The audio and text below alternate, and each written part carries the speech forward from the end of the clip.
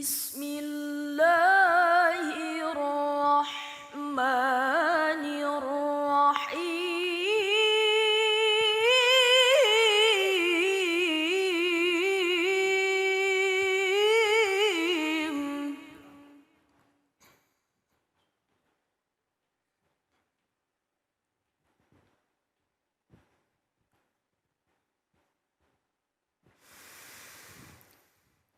Subhanalladzi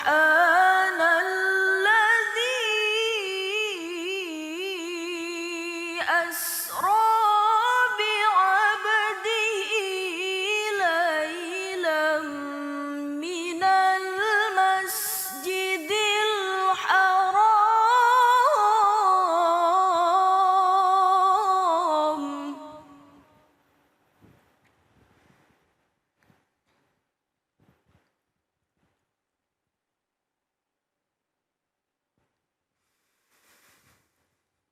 ليلا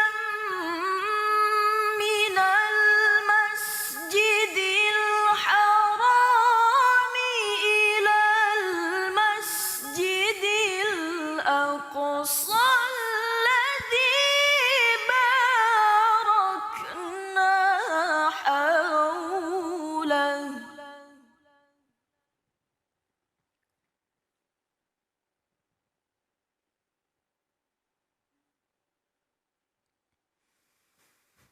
الذي باركنا حوله لنريه من آياتنا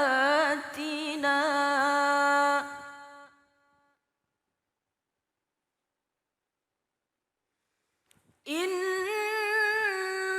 هو السميع البصير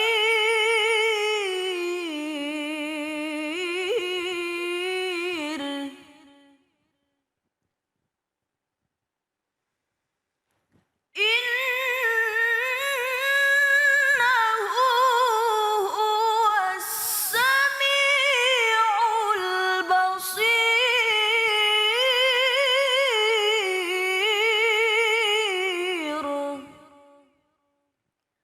صدق الله العظيم.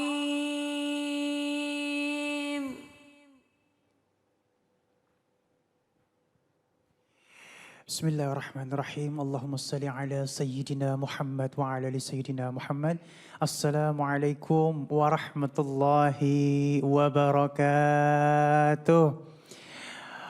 Masya Allah, Alhamdulillah Rabbil Alamin. Di hari yang insya Allah penuh dengan nikmat ini, kembali lagi saya Ali Zainal menemani pemirsa di rumah di dalam Cahaya Hati Indonesia.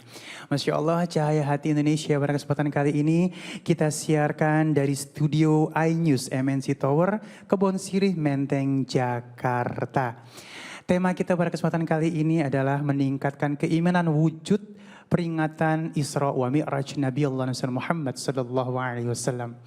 Bagaimana kabarnya di rumah? Insya Allah dalam keadaan baik semuanya, dan jangan lupa untuk terus berdoa kepada Allah Subhanahu wa taala. Semoga Allah angkat penyakit yang saat ini mungkin ada di sekitar kita, khususan penyakit corona ini ya, sehingga kita bisa kembali beraktivitas dan kita bisa beribadah dengan nikmat. Baik, jamaah yang dimuliakan oleh Allah Subhanahu wa taala, nanti kita akan bertemu dengan guru-guru kita yang dimuliakan oleh Allah Subhanahu wa taala, Profesor Muhammad Ali Aziz, dan ada juga Kiai Haji Fikri Haikal, dan ada juga bersama kita nanti Al Ustadz Abdurrahman Jailani. Terima kasih qori'ah kita Nadia Hawashi. Untuk pemirsa di rumah nanti yang mulai punya pertanyaan atau yang sudah punya pertanyaan, boleh kirimkan pertanyaan Anda lewat Instagram kita di @cahayahati_inews. Baik, alhamdulillahirabbil alamin, sudah bersama Ali saat ini guru kita yang dimuliakan oleh Allah Subhanahu wa taala, Profesor Muhammad Ali Aziz. Assalamualaikum. Waalaikumsalam warahmatullahi wabarakatuh. Ali manggil Kiai aja nih ya. Masya Allah, sehat Kiai. Sangat sehat, sangat bahagia. Masya Allah ya. Saya doakan juga pemirsa, ya sehat, ya bahagia. Amin. Sehat enggak bahagia ya enggak enak loh. Betul. Udah sehat, bahagia, barokah. Ya, dan Amin. ditambah lagi, sehat, bahagia dan harus membahagiakan. Masya Allah. Ya, hidup kita ini pemirsa, jangan ada hari tanpa membahagiakan orang. Hmm. Ya begitulah, sebab Nabi kita mengatakan, irhamu man fil ardi, yarhamkum man fis sama. Perbanyak orang-orang bahagia karena Anda, maka Anda akan dibahagiakan malaikat-malaikat di langit. Begitulah Ya Bang. Allah, amin, amin, Allahumma amin, sholli ala amin, amin. Allahumma Ya. sholli Muhammad wa sallam. Baik, Kiai, Isra wa Mi'raj Nabi Allah Muhammad sallallahu alaihi wasallam. Mungkin jamaah di rumah sudah sangat paham akan hal ini. Sedikit saja Kiai, Iya, apa sih sebenarnya inti dari Isra wa Mi'raj Nabi Allah Muhammad sallallahu alaihi wasallam? Iya, intinya ya pertanyaan ini sangat cerdas sekali ya. Kalau orang dari bulan, astronot itu ditanya apa oleh-olehnya begitu. Kalau Bang Ali ke Eropa maka ditanya mana gantungan kuncinya, maka itu tuh.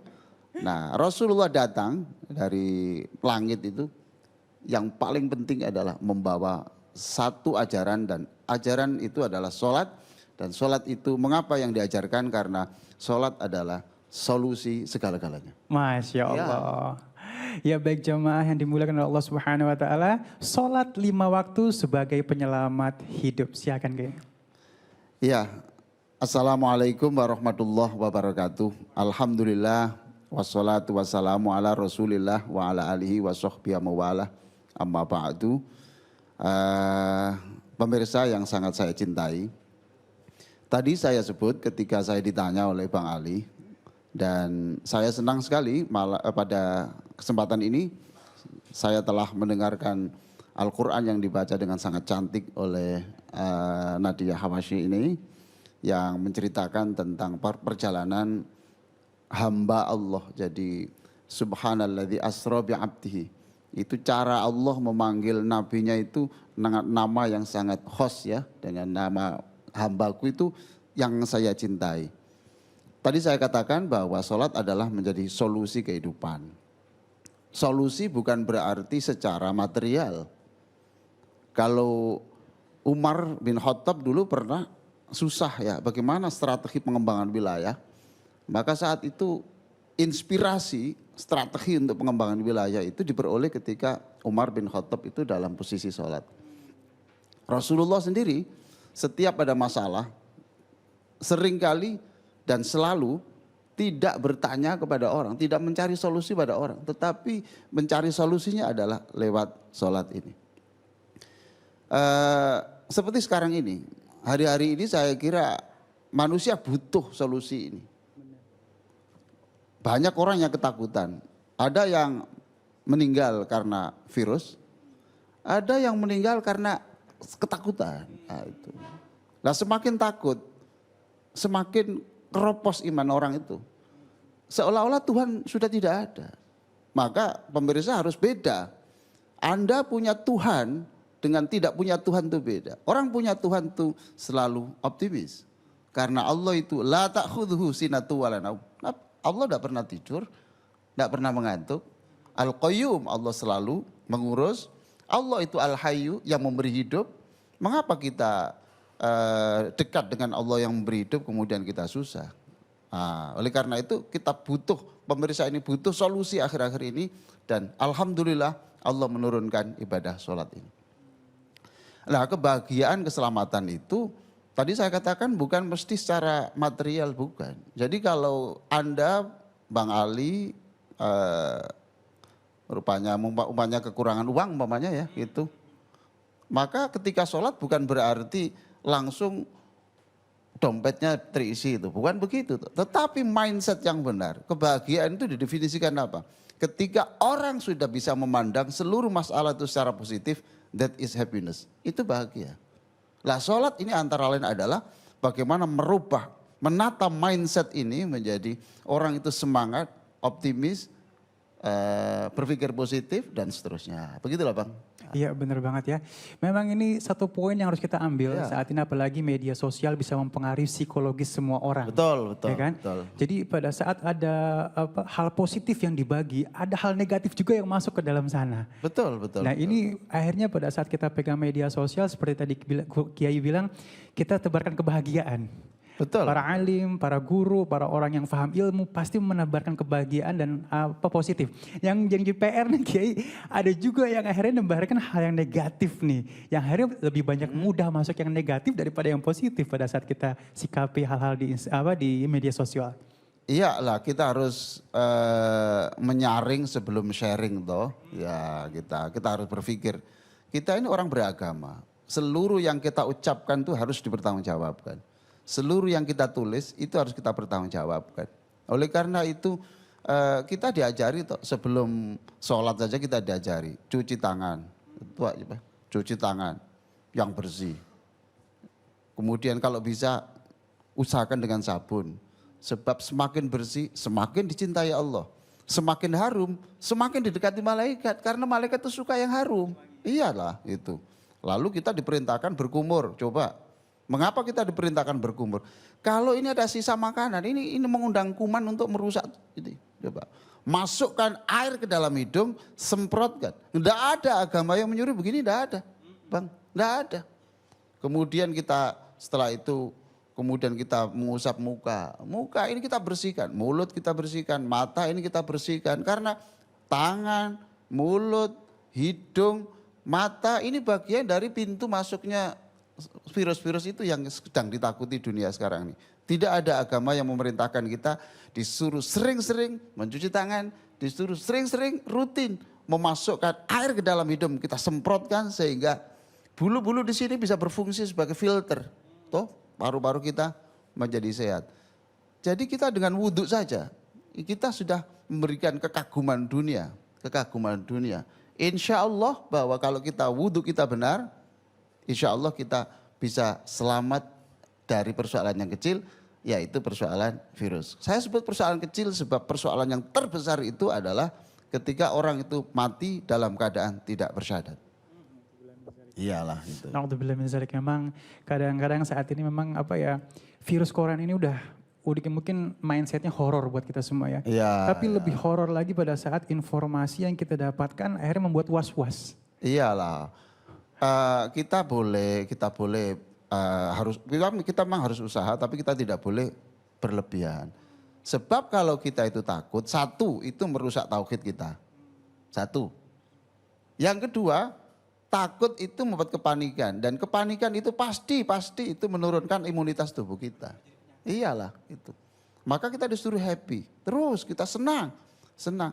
Kalau Anda tidak senang, bagaimana bisa membuat orang lain senang? Membahagiakan dirinya sendiri aja gagal. Iya toh Bang?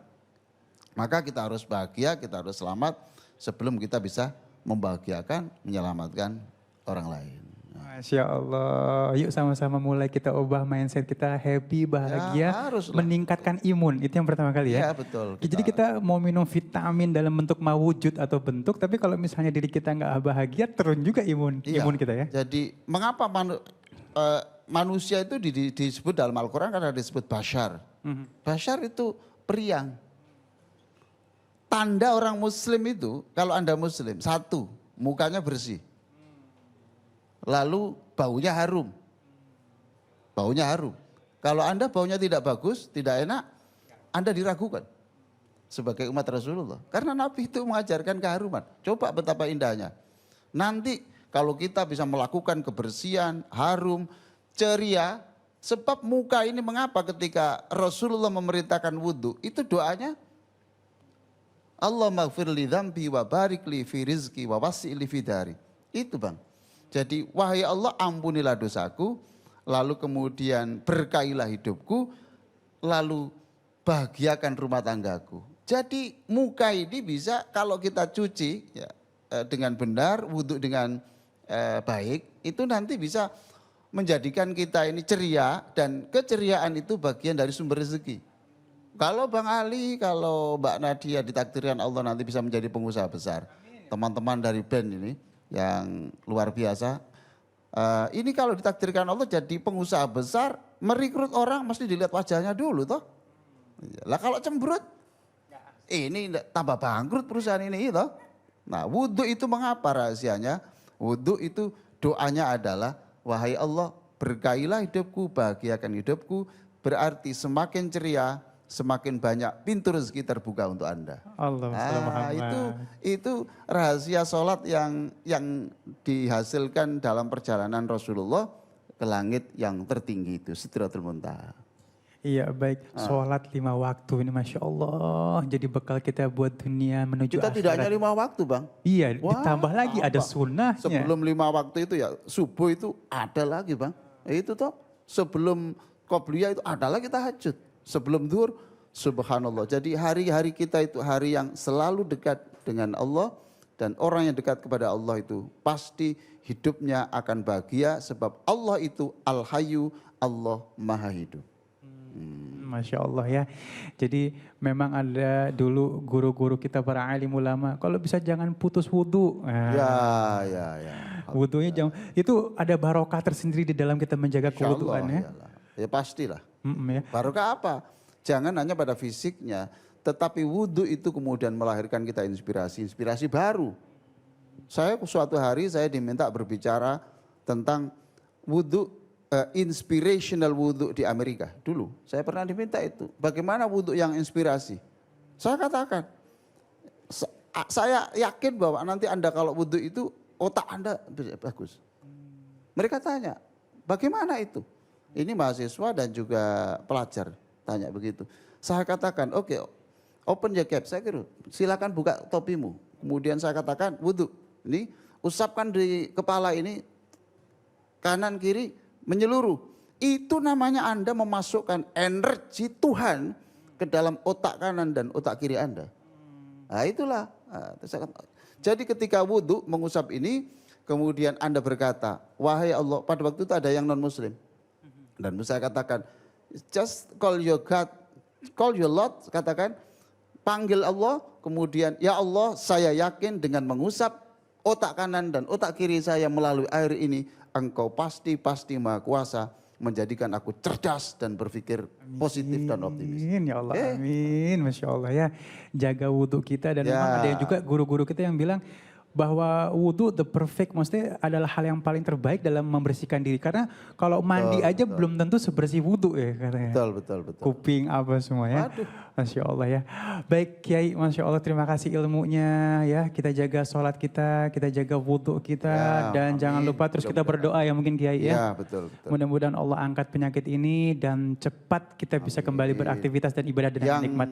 Masih hidup dilindungi dari virus. Amin ya Allah. Kemudian yang meninggal jadikan itu sebagai mati atau meninggal sebagai syuhada. Amin. Ya Seluruh kematian yang mendadak itu disebut syahid. Baik, terima kasih Kiai. Jamaah yang dimuliakan oleh Allah Subhanahu wa taala, Masya Allah, nanti insya Allah kita akan ketemu dengan guru kita yang dimuliakan oleh Allah Subhanahu wa taala, Kiai Haji Fikri Haikal, dengan subtema kita sabar dan ikhlas, kunci setiap dari masalah. Tetap bersama kami di Cahaya Hati Indonesia.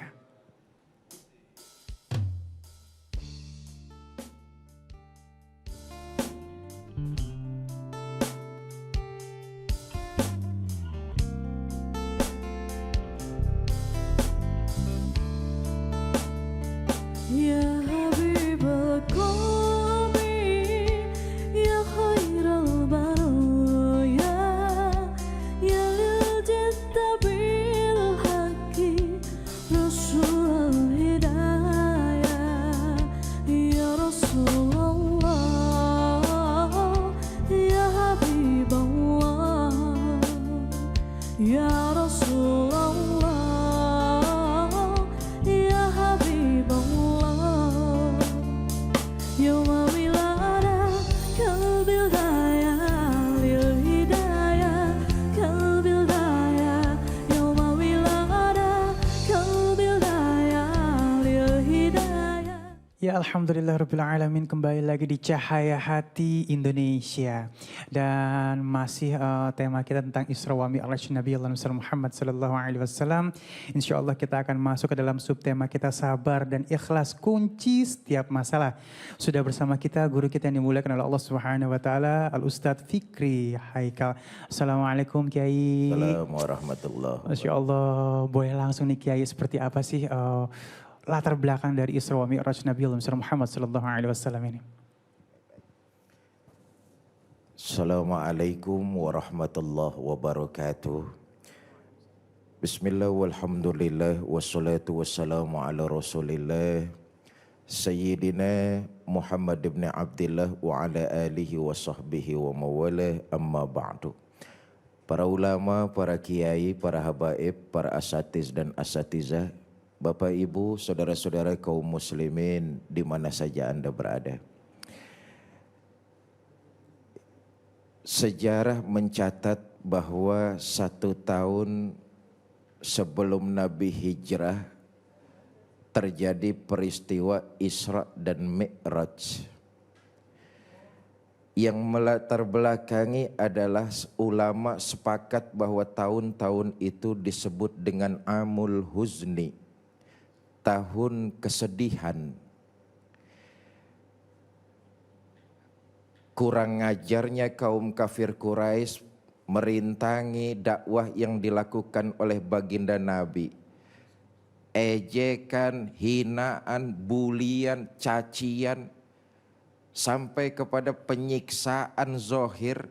Bahkan sejarah mencatat beberapa kali baginda Nabi diatur dan direkayasa untuk dilenyapkan nyawanya. Itu bentuk dari kekurang ajaran kaum kafir Quraisy merintangi dakwah baginda Nabi. Maka tahun itu disebut dengan Amul Huzni, tahun yang penuh dengan musibah dan bencana karena kaum kafir Quraisy kelewatan kurang ajarnya menentang junjungan kita baginda Nabi besar Muhammad sallallahu alaihi wasallam. Di sisi lain ujian kepada Nabi datang bertali-tali. Tidak cuma dengan umat yang bandel dan kurang ajar, tapi satu-satu orang-orang yang membackup perjuangan baginda Nabi dipanggil oleh Allah Subhanahu wa taala. Istri beliau Siti Khadijah radhiyallahu anha, sebelum orang lain beriman, istri Nabi beriman lebih dulu. Sebelum orang lain mengeluarkan hartanya untuk kepentingan Islam, Khadijah sebagai pengusaha sukses mengeluarkan hartanya untuk kepentingan agama Islam. Ketika orang lain menjauhi dan memusuhi baginda Nabi, Khadijah dengan setia mendampingi beliau. Istri tercinta wafat. Sebagai seorang suami, manusiawi kalau baginda Nabi sedih. Amul Huzni, tahun-tahun kesedihan, diuji dengan berbagai macam masalah dan cobaan. Bapak Ibu saudara-saudara, memang peristiwa Isra dan Mi'raj harus dipahami dengan nilai-nilai keimanan. Sesuatu yang begitu besar tidak bisa dicerna dengan otak manusia yang kecilnya sangat kecil. Peristiwanya begitu besar, dicerna dengan otak manusia yang begitu kecil, tidak akan pernah ketemu. Dia hanya bisa dicerna oleh nilai-nilai iman. Saya ingin analogkan seperti ini. Bapak, Ibu, saudara-saudara, dalam hidup itu ada 2 cara. Pertama, cara kauniyah. Cara kauniyah ini kausalite, sebab akibat. Siapa rajin belajar dia akan pandai. Itu kauniyah tuh Bang Ali. Rajin belajar sebab, siapa rajin belajar dia akan pandai. Belajar itu sebab, pandai akibat. Siapa yang bersungguh-sungguh dia akan dapat. Sungguh-sungguh sebab, dapat akibat. Kausalite disebut kauniyah. Tapi ada lagi cara ilahiyah. Apa cara ilahiyah? Itu kehendak Allah. Kalau Allah yang punya mau, tidak ada yang bisa merintangi. Kalau Allah yang punya mau, segalanya serba mudah. Iza arada say'an ayyakula lahu kun fayakun. Kalau Allah yang mau, pasti bakalan jadi. Ini ilahiyah namanya. Nabi Adam, bapak nggak punya, ibu nggak ada. Allah yang mau, tercipta Nabi Adam. Pakai akal nggak ketemu, pakai sains nggak bisa.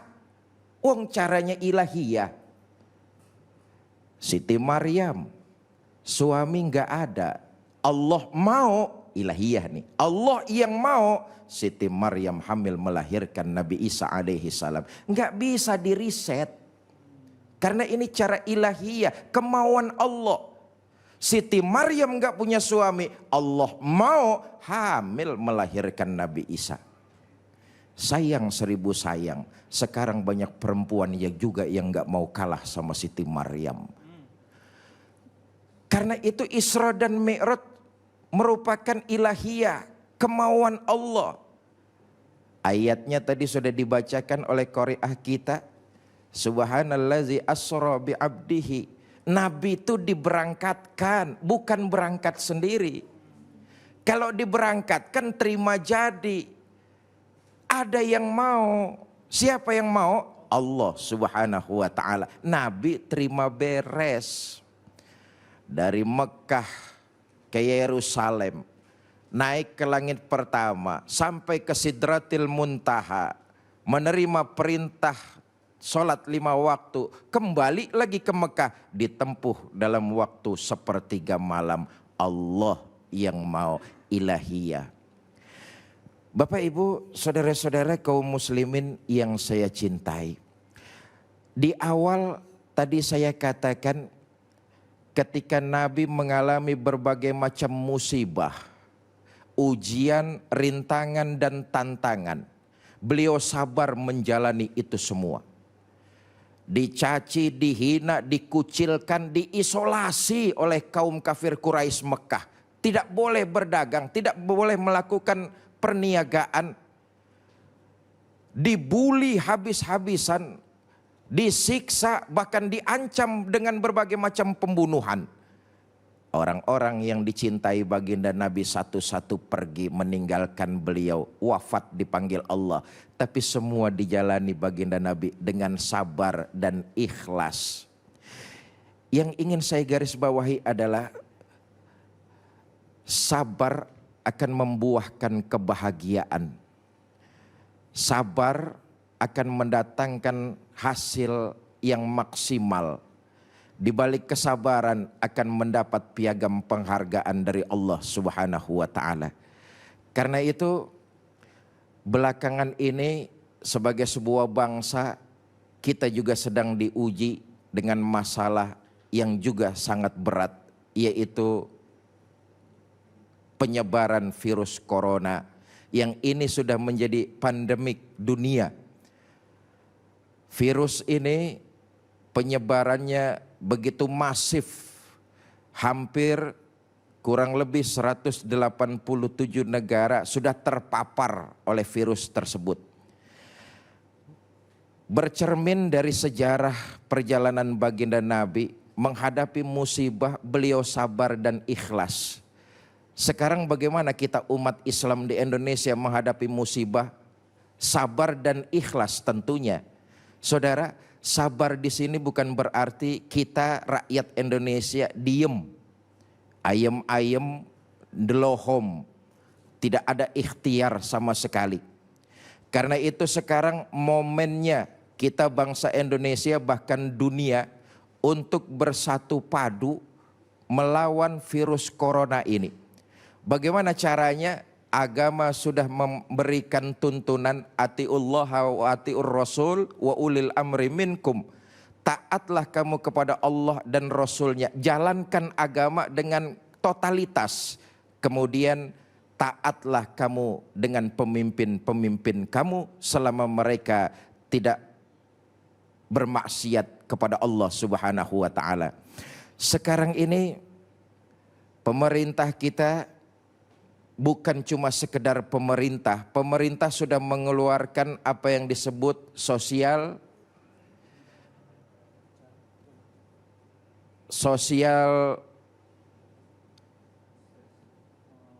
distancing. Artinya kita disuruh menjaga jarak di antara sesama kita.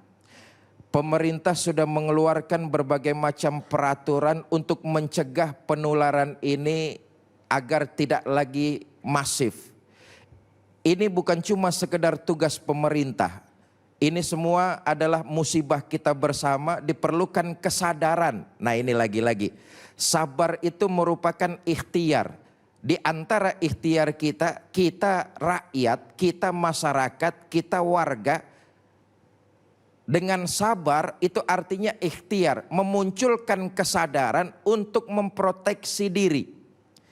Karena memang dalam kaidah Islam itu hifzun nafsi, menjaga diri dalam kondisi yang darurat hukumnya wajib. Menjaga diri dan menjaga kemaslahatan orang lain hukumnya wajib. Karena itu bagaimanapun bagusnya program pemerintah dalam menyetop penyebaran virus corona di negara kita, kalau rakyatnya masih kurang sadar, berkerumun di tempat keramaian, tidak mau menjaga kebersihan dan kesehatan, ini pun nanti akan sama sekali jauh panggang dari api yang tidak sesuai sebagaimana yang diharapkan oleh kita semua. Karena itu saya kembali, sabar adalah bukan diam saja tanpa usaha. Kita masyarakat, rakyat sabar disuruh berikhtiar, berusaha. Bagaimana caranya? Hifzun nafsi. Yang pertama, menjaga kebersihan, karena itu pangkal kesehatan. Yang kedua, memberikan asupan-asupan yang bergizi. Yang ketiga, olahraga, istirahat yang cukup. Yang keempat, ini yang terpenting, peristiwa Isra dan Mi'raj sebagaimana yang tadi sudah disampaikan oleh guru kita. Orang beriman sudah diberikan imunitas langsung dari Allah berupa sholat 5 waktu. Di luar qobliyah dan ba'diyah. Artinya sebelum melakukan sholat, umat Islam, orang beriman harus mengambil air wudhu. Kalau saya tidak khilaf, saya pernah sampaikan dalam Cahaya Hati Indonesia juga, bahwa beberapa hari yang lalu ada seorang profesor berprofesi dokter. Beliau menyarankan supaya masyarakat Indonesia harus rajin-rajin cuci tangan, cuci muka, dan cuci kaki kalau tidak mau terpapar virus corona. Kita balik dengan peristiwa Isra dan Mi'raj 15 abad yang lalu, turunnya perintah sholat. Bukankah kita sudah diajarkan oleh baginda Nabi untuk ngambil air wudhu yang baik dan benar?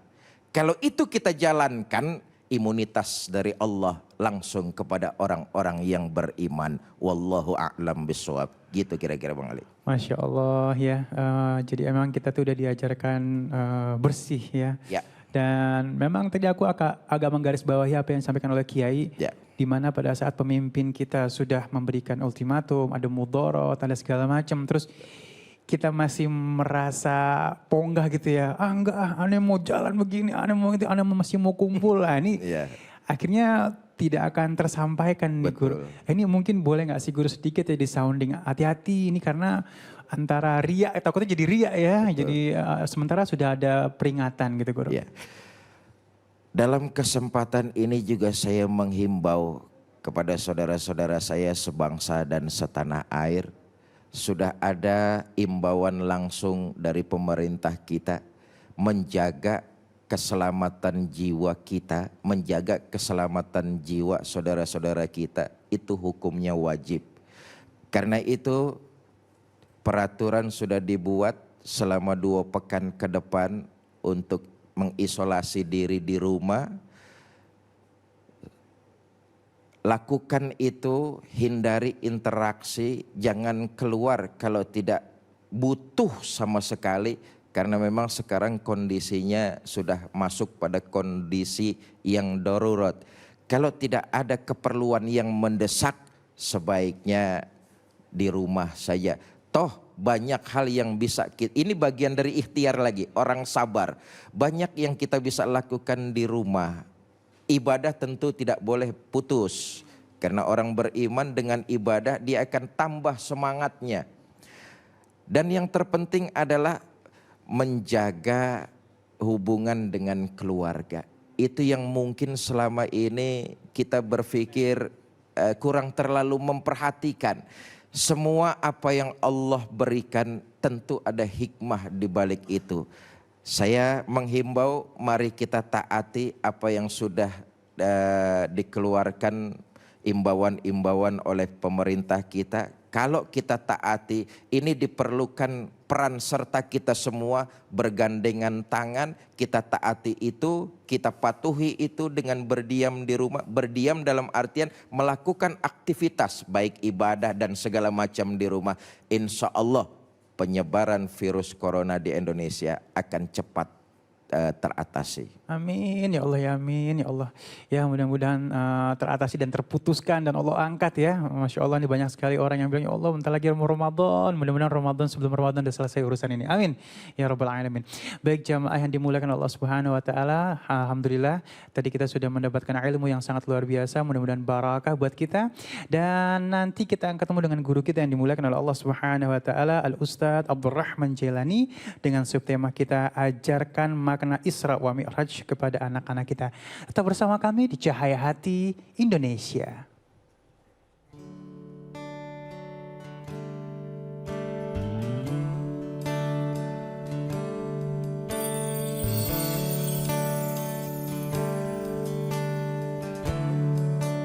Salatullah, salamullah, ala Rasulillah. Salatullah, salamullah, ala Yasin Habibillah.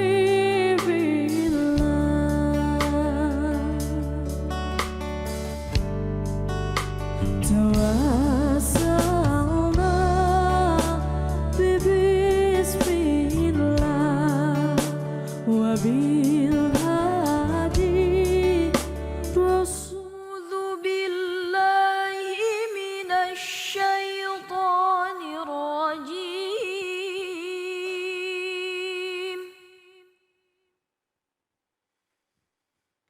Bismillahirrahmanirrahim.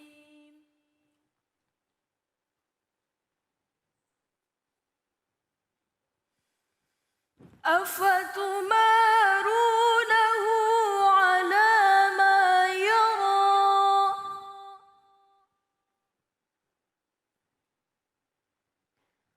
wa laqad ra'ahu nazlatan ukhra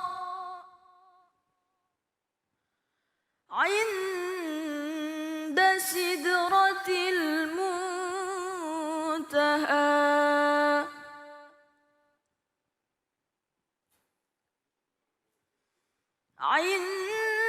عندها جنة المأوى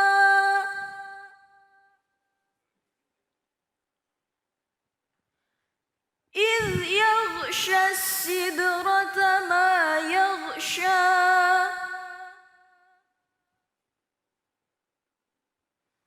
ما زاغ البصر وما طغى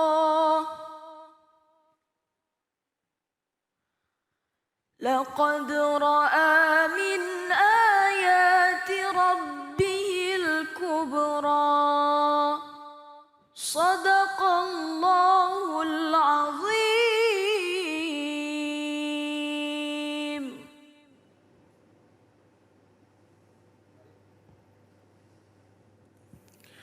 Assalamualaikum warahmatullahi wabarakatuh.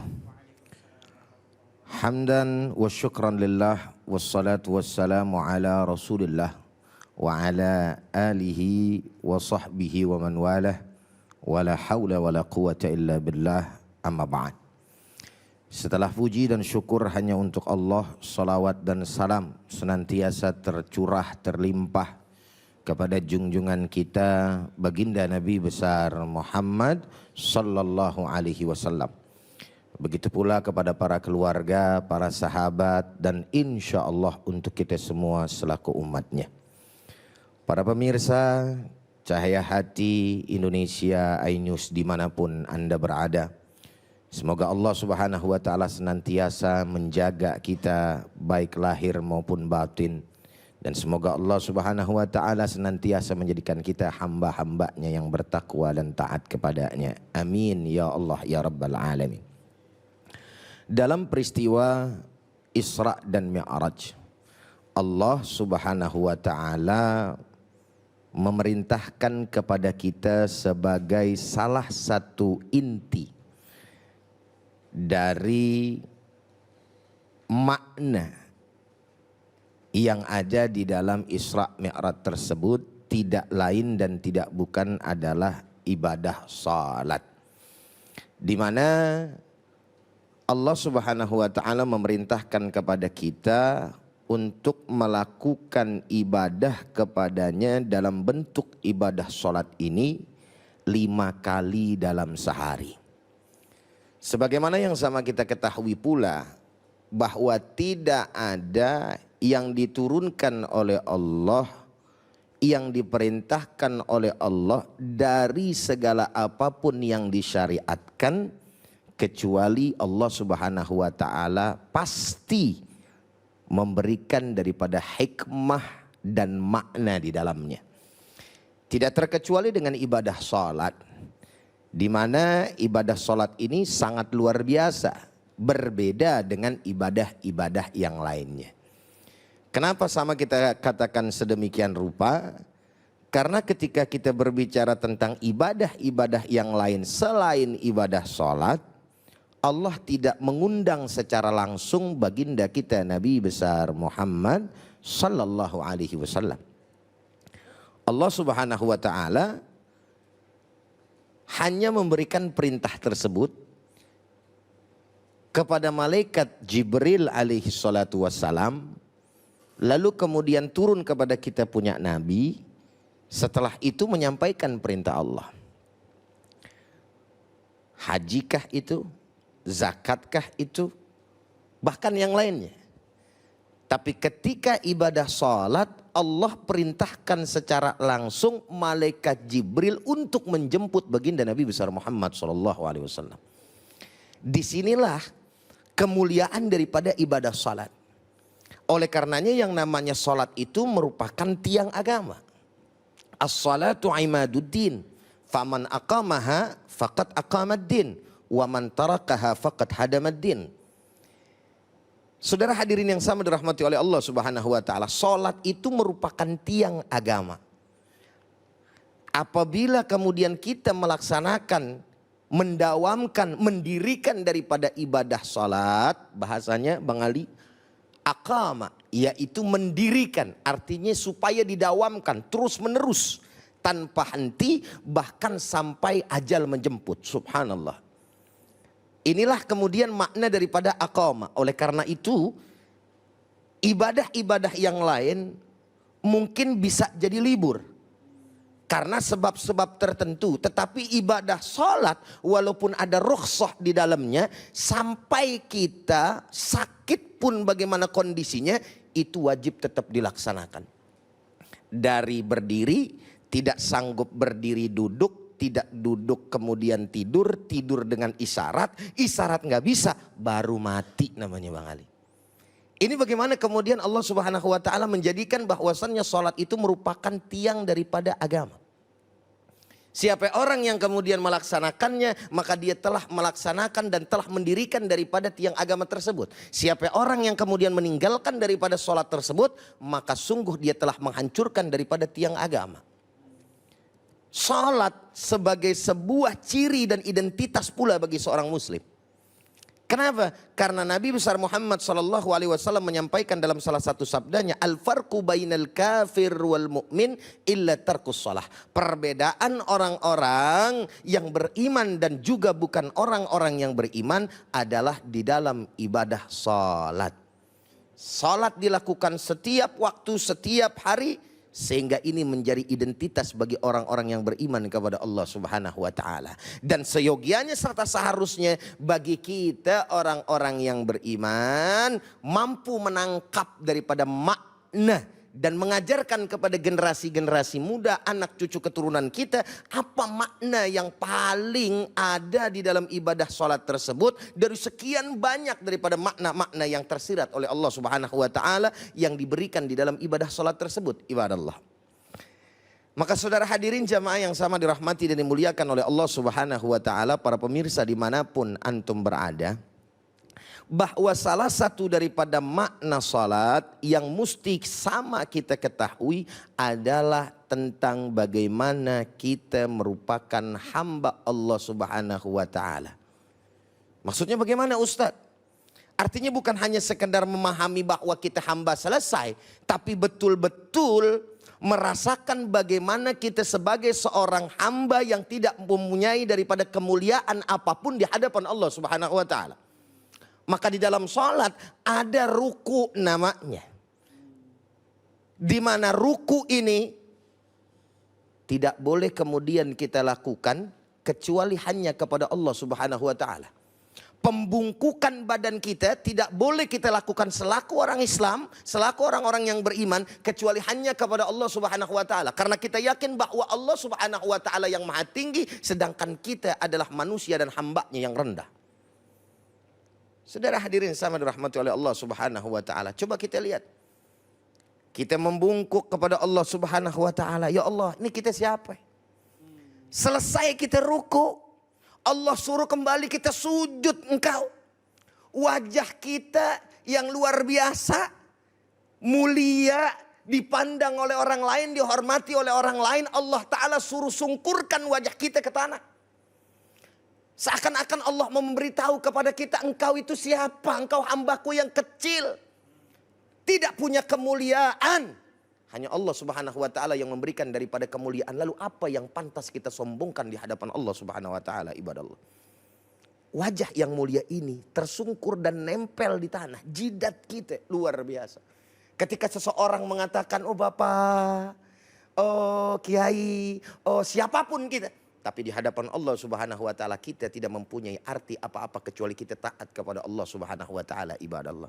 Sombong hanyalah milik Allah Subhanahu wa taala, bukan milik daripada hamba-hambanya. Maka salah satu sifat Allah Subhanahu wa taala, Bang Ali, yang tidak boleh dipunyai oleh hambanya cuma satu, sifat sombong. Sifat Rahman, sifat Rahim, sifat yang lainnya boleh, bahkan dianjurkan dipunyai oleh hamba-hambanya. Tapi sifat sombong tidaklah boleh kemudian ada pada diri kita. Kenapa? Ketika sombong itu ada di diri kita, maka Allah Subhanahu wa taala akan marah, saudara. Saudara hadirin jamaah yang sama dirahmati dan dimuliakan oleh Allah Subhanahu wa taala. Bang Ali, mungkin bisa jadi bahwa apa yang sekarang pula terjadi di tengah-tengah kita adalah merupakan daripada sabab kesombongan kita kepada Allah Subhanahu wa taala. Bagaimana kemudian kita sombong kepada Allah Subhanahu wa taala? Sudah tahu kita ini hambanya yang enggak punya apa-apa. Sudah tahu kita bukan apa-apa di hadapan Allah Subhanahu wa taala, tapi kita tidak mau beribadah dan taat kepada Allah Subhanahu wa taala. Sombong namanya itu, saudara. Bahkan yang lebih unik lagi, sudah tidak mau taat kepada Allah, sudah tidak mau beribadah kepada Allah Subhanahu wa taala, kita bermaksiat kepada Allah Subhanahu wa taala.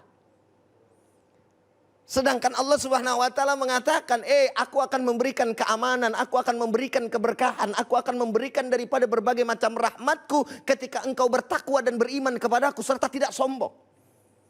Dan Allah Subhanahu wa taala sudah menyampaikan di dalam Al-Qur'anul Karim, faqala ta'ala law anna ahlal qura amanu wattaqau lafatahna 'alaihim barakatin minas sama'i wal ard walakin kadzdzabu fa akhadnahum bima kanu yaksibun. Shadaqallahul azim.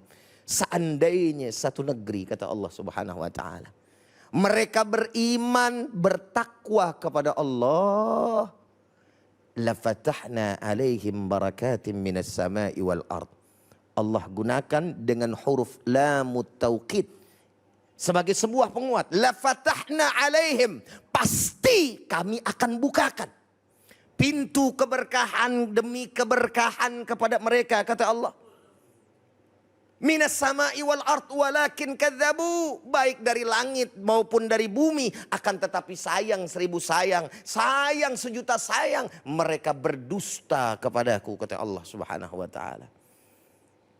Sadaqallahul azim fa'akhadnahum bima kanu yaksibun. Maka Allah timpakan bencana demi bencana, musibah demi musibah yang silih berganti menghantam kita punya negeri seakan tiada henti, saudara. Kenapa bisa seperti itu? Tidak lain dan tidak bukan. Karena kurang kesadaran kita memaknai dari apa yang dinamakan dari ibadah sholat itu salah satunya. Sehingga pada akhirnya apa sekarang yang kita sombongkan, saudara? Makhluk kecil, bahkan tidak kasat mata, tidak terlihat oleh kita, saat ini luar biasa menghantui kita dimanapun berada. Kecil, Allah mau kasih tahu, ini yang gaib dari mata ente nggak kelihatan, tapi sudah membuat sibuk satu negeri bahkan satu dunia. Masya Allah, luar biasa, saudara. Tapi bagi orang-orang yang beriman, makna yang kedua daripada ibadah salat itu adalah memohon pertolongan kepada Allah. Iyyaka na'budu wa iyyaka nasta'in. Hanya kepada Engkau ya Allah aku menyembah, dan hanya kepadamu hamba memohon pertolongan. Ini kunci nih para hadirin sekalian semuanya. Iyyaka na'budu, menyembah kepada Allah, wa iyyaka nasta'in. Ibadah dulu baru minta. Nah, oleh karenanya dalam kondisi yang seperti ini bagaimana? Maka tidak lain dan tidak bukan yang harus kita lakukan adalah ibadah kepada Allah, sibukkan diri dalam taat kalau kita takut. Bukan kemudian melaksanakan hal-hal yang maksiat kepada Allah subhanahu wa ta'ala. Nih, subhanallah Bang Ali. Kita masih syuting seperti ini udah gak biasa nih. Biasa nih kita syuting, ada orang yang bisa kita ajak ngomong di depan muka kita, ada jamaah, betul. Sekarang kita dua-duaan sama ini juga kru semuanya, ya gak? Ini kru kita dalam kondisi yang seperti ini luar biasa. Mereka tetap mau berjuang di jalan Allah subhanahu wa ta'ala, ngebela-belain kita biar kita dapat di rumah nih pencerahan agama. Ini perjuangan jihad daripada kita semuanya. Maka saudara hadirin, Bang Ali kita doain nih para kru Allah subhanahu wa ta'ala berikan kesehatan, Allah jauhkan dari wabah dan bala serta bencana corona, Allah jaga panjangkan umurnya, amin ya rabbal alamin. Saya rasa itu Bang Ali. Baik, Masya Allah, luar biasa ya. Jadi mungkin aku lebih fokus tadi sama apabila satu negeri taat kepada Allah, satu negeri ya. Artinya jangan sampai di dalam negeri itu mungkin dari mulai pemimpin sampai dengan bawahan ada yang bermaksiat kepada Allah Subhanahu wa ta'ala. Maka Allah akan ingatkan dengan caranya. Nah ini memang kita harus garis bawahi. Mungkin saat ini kita harus banyak bertaubat, kita banyak minta ampun sama Allah ya. Apabila mungkin saat ini kita ada kesalahan sama Allah sehingga Allah cepat angkat mungkin wabah ini, Ustaz. Betul sekali. Artinya bahwa Allah Ta'ala tidak akan pernah mungkin menzolimi hambanya. Itu adalah poin yang juga harus ada di dalam diri orang-orang yang beriman. Oleh karenanya ketika Allah menurunkan sesuatu kepada kita, keburukan pasti itu kita yang menjadi bikin sebab, kita yang punya andil. Maka betul dari atas sampai bawah, dari yang namanya pejabat hingga rakyat, dari kiai sampai dengan santri, semuanya punya andil di dalam mengundang musibah bencana dari Allah Subhanahu wa ta'ala. Bang Ali, kalau boleh kita tambahkan nih sesuatu yang unik. Kenapa dibilang unik, Ustadz? Bagaimana enggak? Ini musibah berasal dari negeri nan jauh dari negeri kita. Cina. Di sanalah dimulainya pandemi kalau bahasa sekarang berita itu. Lalu kemudian masuk ke negara-negara termasuk negara Cina, negara Indonesia, negara kita. Jauh dari sana bisa mampirnya kemari. Masya Allah, tabarakallah. Nah kenapa Allah Ta'ala kemudian masukkan seperti itu? Dari sebab-sebab lahiriah yang lain kita sudah sama mengetahui. Tapi sungguh pun demikian, sebab secara alasan orang-orang yang beriman harus kemudian difikirkan bagi kita yang mengaku sebagai hamba Allah. Ada kekurangan buat kita. Maka sholat itu juga salah satu maknanya adalah tidak lain dan tidak bukan. Kenapa diperintahkan 5 kali dalam sehari? Supaya kita itu selalu kembali kepada Allah Subhanahu wa ta'ala. Bertobat kepada Allah Subhanahu wa ta'ala. Apapun yang ada baliknya ke Allah, baliknya ke Allah. Maka rugi rugi bagi sekalian mereka orang-orang yang mengaku beriman kepada Allah dikala musibah apapun khususnya sekarang ini melanda, mereka tidak kembali kepada Allah Subhanahu wa taala. Allah, ihdinas syiratal mustaqim, ihdinas syiratal mustaqim. Terus seperti itu ya. Karena kita pasti sering jauh dari syiratal mustaqim. 5 kali suruh balik lagi ke syiratal mustaqim. Baik, terima kasih guruku yang dimuliakan oleh Allah Subhanahu wa taala, jamaah yang dimuliakan oleh Allah Subhanahu wa taala. Insyaallah nanti kita akan ketemu dengan sahabat saya Said Bajuri dengan sesi tanya jawab. Jangan kemana-mana, tetap bersama kami di Cahaya Hati Indonesia. Ya Allah, ya Alhamdulillahirrahmanirrahim, kembali lagi di Cahaya Hati Indonesia dan seperti janji Ali tadi kita akan ada sesi tanya jawab bersama sahabat saya Said Bajuri. Said sehat Id? Alhamdulillah. Alhamdulillahirrahmanirrahim. Alhamdulillahirrahmanirrahim. Iya. Oh, Id, langsung. ente nih imunnya kayak kuat nih Id ya? Hah? Imun. Imun, Imun iya. tubuhnya. Ini biasa kalau makan pecel ada imunnya. Ya itu timun. Oh, timun. Maaf. Ya silakan Id. Siap, syukran Ali. Ya. Assalamualaikum warahmatullahi wabarakatuh. Alhamdulillahirabbil alamin wassalatu wassalamu ala asrofil anbiya'i wal mursalin wa ala alihi washabihi ajmain amma ba'du. Jumpa lagi bersama Cahaya Hati Indonesia bersama saya Said Bajuri dan saat ini sudah ada beberapa pertanyaan yang masuk melalui media sosial kita @cahayahati iNews yang insya Allah akan langsung dijawab oleh guru-guru kita. Ada Profesor Muhammad Ali Aziz, Kiai Haji Fikri Haikal dan Ustadz Abdurrahman Jailani dengan tema meningkatkan keimanan wujud peringatan Isra dan Mi'raj. Baik, akan saya bacakan langsung. Sudah masuk dari @Rini Hartini 26 kepada Ustadz Abdurrahman Jailani.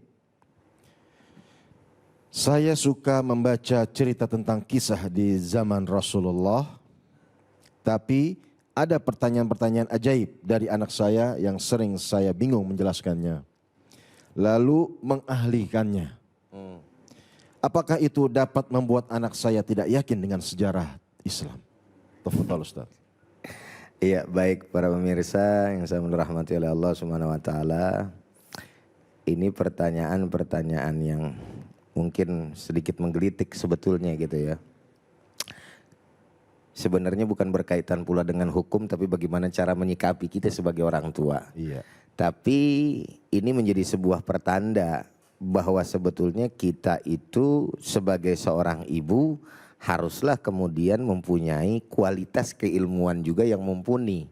Dikala kita mengajarkan daripada anak-anak kita.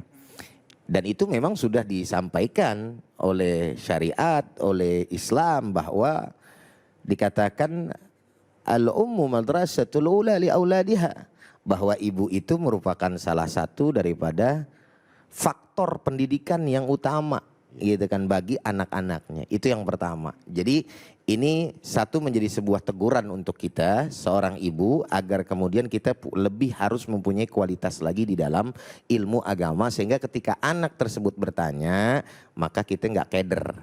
Yang kedua gitu ya, yang kedua bahwa kita bersyukur kepada Allah. Berarti anak kita ini cerdas. Kan gitu kan. Artinya dia mau menanyakan sesuatu hal yang bahkan kadang-kadang nggak diterpikirkan sama kita. Jangan katanya buat ibu-ibu biasa, sama kita aja nih. Bisa ya anakku nanya begitu gitu kan. Ada yang kayak gitu. Nah tapi juga jangan membuat diri kita minder. Oh yaudah kalau begitu nak ya, ntar dulu ya. Nanti coba abah atau umi cari dulu gitu kan. Atau tanya dulu lihat ya. Jangan malu juga untuk menunjukkan bahwa ketidaktahuan kita gitu loh kepada anak. Jadi anak rasa bukan berarti kemudian tidak mampu meyakinkan dia dalam konteks sejarah atau keilmuan yang lain. Tetapi ini membuat diri kita mempunyai dorongan agar lebih kemudian mampu bisa mengatasi persoalan-persoalan yang ada. Karena anak itu kan beda-beda. Cara didik anak dari zaman dulu sekarang itu beda. Makanya adibu auladakum, apa dikatakan itu, ajarkanlah anak kamu itu sesuai dengan zamannya. Ada perkataan begitu tuh, ya kan. Nah oleh karenanya itu saja mungkin pelajaran bisa kita ambil dari pertanyaan tersebut insya Allah. Jadi Iya. Memang Ane dulu atau Ali dulu nih? ada mau nanya mente, ya Allah tegang amat. Iya. Emang kadang-kadang bener ya zaman sekarang ini anak-anak nanya yang udah bukan kelasnya. Nah, Ente pernah ditanya itu sama anak ente? Pernah. Terus ente ngelesnya bagaimana? Anak-anaknya nanya, Abah Umi mana sih? Begitu. itu bukan ya? Beda itu, juga. itu pahit. Lagi dicari gitu ya dia. Iya, insya Ya, Allah. lanjut. Spot. Romannya promo nih sama pemirsanya. Siapa tahu dapat. Allahumma sholli ala Muhammad qabul Amin, insyaallah. amin, Amin. Oke, selanjutnya pertanyaan kedua. Kepada Kiai Haji Fikri Haikal. Dari @ud_dp. Karena wabah yang terjadi saat ini, ibadah kita jadi terganggu, bahkan sholat Jumat sampai ditiadakan. Bukankah dengan kita berkumpul dengan tujuan ibadah dan berdoa kepada Allah, malah akan menyelamatkan kita dari segala mara bahaya? Tafadhal Ustaz. Bapak Ibu, saudara-saudara, para pemirsa yang saya cintai. Belakangan saya bangga dan bahagia melihat semangat beragama kita cukup tinggi. Tetapi semangat beragama itu harus dibarengi dengan semangat mendalami agama. Jangan cuma semangat agamanya saja yang tinggi, tapi semangat mendalami agamanya belum. Nanti nggak balance, akan melahirkan interpretasi yang salah. Sebab begini, dalam kondisi sekarang ini, pemerintah punya sebuah zona yang dianggap penyebarannya masif, zona-zona yang berbahaya. Di zona-zona yang berbahaya tersebut, dalam kondisi itu dihukumi dengan darurat. Begitu darurat, maka dikeluarkan fatwa bahwa melaksanakan ibadah kolosal seperti sholat Jumat, zona yang berbahaya, maka dikeluarkan fatwa lebih baik sholat zuhur di rumah masing-masing. Ada satu kaedah dalam usul fikih, jalbul masoleh wadarkul mafasid ala jalbil masoleh. Mencegah lebih baik daripada mengobati. Kaidah yang lain mengatakan la dararan wala diraran. Wajib hukumnya menjaga diri dan menjaga orang lain. Jadi zona-zona merah itu dihukumi darurat, maka kerumunan baik itu ibadah kolosal seperti sholat Jumat diarahkan untuk beribadah di rumahnya masing-masing. Itu sesuai karena kondisinya memang kondisi yang darurat. Sampai-sampai kemudian ada beberapa seperti Jakarta misalnya dan kota-kota besar lainnya itu sudah diisolasi 14 hari ke depan. Ini harus diikuti dengan kesadaran warganya. Jangan sampai kondisinya sudah dianggap zona merah, penyebarannya sudah begitu masif dan agresif, kemudian dikeluarkan imbauan untuk dirumahkan selama 14 hari, itu dijadikan liburan nasional. Ini yang salah. Sebab kalau ini yang terjadi bukan memutus kedaruratan, malah menambah nantinya. Nah, tadi saya kembali lagi ke awal bahwa harus dibarengi dengan semangat mendalami ilmu agama. Wallahu a'lam bishawab. Tapi emang nggak wajib berarti kalau dalam kondisi darurat seperti ini? Iya, nggak wajib. Wajib tetap sholat zuhur di rumah. Wah. Sholat li. Aneh sholat ya. Tuhan nggak tahu. Jadi jadi jangan sampai kita menebar virus, tebarkanlah cinta. Ya salah. Bagi yang terkena zona merah itu Oh, ya. iya. Ali terkena zona merah? Jangan dong, naudzubillah min zalik.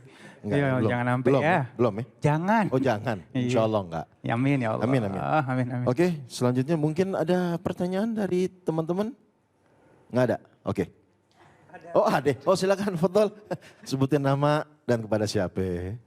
Bismillahirrahmanirrahim. Assalamualaikum warahmatullahi wabarakatuh. Waalaikumsalam warahmatullahi wabarakatuh. Nama saya Rizky. Saya ingin bertanya kepada Bapak Profesor Ali. Ini tentang Isra Mi'raj ya Prof ya. Jadi ada teman saya seorang non-muslim yang bertanya tentang perjalanan Nabi Muhammad ke langit ke-7. Itu bagaimana bisa caranya gitu. Nah Ini untuk menyampaikan kepada teman saya ini bagaimana cara menjelaskannya, Prof? Cukup? Iya, cukup. Iya. Tafadhal Prof. Ya, terima kasih. Ini pertanyaan yang luar biasa ini. Jadi begini ya, seluruh agama itu ada bagian yang rasional dan ada bagian yang suprarasional.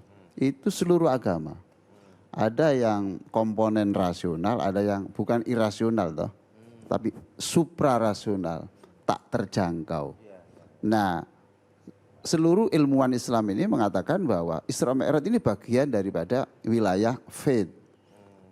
Kita tahu bahwa dalam beragama, ini kata Muhammad Iqbal, pemikir Islam yang terkenal ini, dalam beragama ini satu harus didahului dengan faith, itu satu, kepercayaan. Makanya Al-Quran dibuka dulu, alladzina yu'minuna bil ghaibi. Itu. Kalau tidak percaya dengan Al-Quran, ya tidak perlu membaca Quran. Nah, itu. Jadi hudal lil mutaqin itu untuk siapa? Quran ini bisa memberi cahaya untuk siapa? Alladzina yu'minuna bil ghaib. Yang faith dulu. Oke, itu ya. Ini senang sekali ada pertanyaan dari band yang luar biasa itu. Luar biasa, senang sekali. Yang kedua itu adalah thought, berpikir. Kemudian yang ketiga itu adalah discovery. Jadi agama ini harus kita percaya, kemudian berikan landasan rasional kalau bisa, kemudian nanti akan melahirkan yang namanya discovery. Discovery itu adalah makrifat. Oh begitu dan seterusnya. Jadi kalau pada aspek-aspek yang lain tidak pada keberangkatannya ke langit sana, ada yang mengatakan memang itu berangkat bukan dengan fisiknya Rasulullah ke sana. Saya tidak menganut pendapat itu gitu Mas. Sebab kalau hanya ruh, kita ini semuanya mi'raj setiap hari. As-sholatu mi'rajul mu'minin. Apa mukjizat? Ya justru mukjizat itu physically, dengan fisik juga ke sana.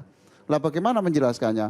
Itulah yang saya sebut ujian untuk kita, alladzina yu'minuna bil ghaibi. Nah, saya kira begitu. Terima kasih. Jadi pertama harus percaya dan yakin. Begitu Prof. Ya, insya Allah. Iya, insya Allah. Nanti kalau misalkan temannya belum paham, suruh ke Prof ya. Iya, atau ke saya. Ya, ke Bang Said aja cukup. Cukup tuh. Iya, siap. Baiklah, itulah tadi jawaban daripada guru-guru kita. Semoga bermanfaat. Setelah ini kita akan melakukan doa bersama dengan guru-guru kita. Maka dari itu tetap di Cahaya Hati Indonesia.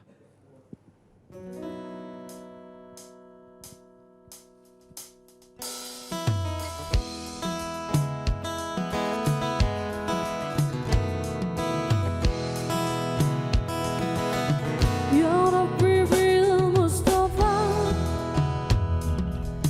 Ya Rabbi bil Mustafa, Ya Rabbi bil Mustafa, balik maqasidana waghfir lana ma mada ya wasi'al karami. Demi cintamu ya Allah pada Muhammad nabimu, ampunilah dosaku, wujudkan harapanku ya Rasulullah. Saudara para pemirsa, sabar dalam Islam bukan berarti diam dan tidak melakukan apa-apa. Kunci kesabaran dalam Islam, innalillah wa inna ilaihi raji'un. Semuanya dari Allah dan akan kembali kepada Allah. Maka konsep sabar dalam Islam, ikhtiar dan tawakal. Berusaha sekeras mungkin, kemudian mengharap pertolongan dari Allah Subhanahu wa taala. Itulah sabar konsepsi dalam Islam. Wallahu a'lam bishawab.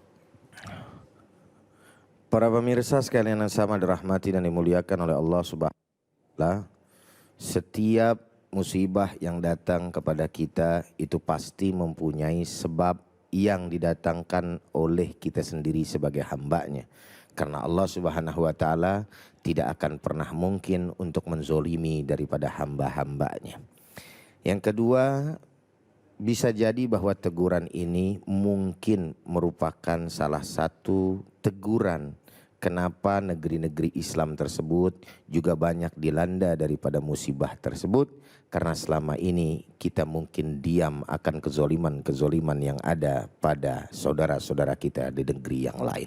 Wallahu a'lam bishawab. Pemirsa yang sangat saya cintai, dengan mempelajari Isra Mi'raj, yang pertama kita dirangsang untuk menguasai teknologi. Kita dirangsang untuk menguasai alam semesta ini. Karena tanpa ilmu pengetahuan, kita tidak bisa menjadi pemimpin dunia, kita tidak bisa menjadi subjek, kita selalu menjadi objek. Kita tidak bisa di tengah, tetapi kita selalu terpinggirkan. Yang kedua, dengan mengkaji tentang peristiwa Isra Mi'raj, kita harus selalu mengupdate sholat kita. Tanpa kita pelajari, tanpa kita dalami, maka sholat itu hanya melahirkan rutinitas saja tanpa melahirkan kekuatan batin di dalam diri kita semuanya. Pemirsa, marilah kita berdoa kepada Allah. Sebab hanya kepadanya kita memohon pertolongan dan kita yakin Allah akan mengabulkan doa-doa yang diamini oleh orang-orang mulia yang sekarang di depan saya ini. Allahumma sholli ala sayyidina Muhammadin wa ala alihi wa sahbihi ajma'in walhamdulillahi rabbil alamin. Allahumma innaka qulta fi kitabikal munazzal innallaha huwar razzaq dzul quwwatil matin. Wahai Allah, Engkau berfirman dalam Al-Quran, Engkau Tuhan yang selalu memberi rizki, maka berikan rizki yang melimpah untuk seluruh yang menyaksikan acara ini. Rizki juga kesehatan, keselamatan dari bencana yang mengancam manusia ini. Wahai Allah, lindungilah seluruh hamba-Mu yang masih hidup dari virus yang menakutkan ini, dan bagi saudara-saudara kami yang meninggal dunia, catatlah sebagai orang yang mati dalam keadaan syahid. Dzul quwwatil matin, Engkau Tuhan yang menjadi sumber kekuatan. Alirkanlah kekuatan-Mu pada kru iNews ini ya Allah, untuk memperoleh kecerdasan, inovasi, melahirkan karya-karya besar untuk menyiarkan ajaran-Mu ini ya Allah. Dzul quwwatil matin, Engkau sumber kekuatan. Alirkan kekuatan-Mu pada kami semuanya ini, sehingga kami memiliki kekebalan tubuh untuk melawan segala bentuk penyakit.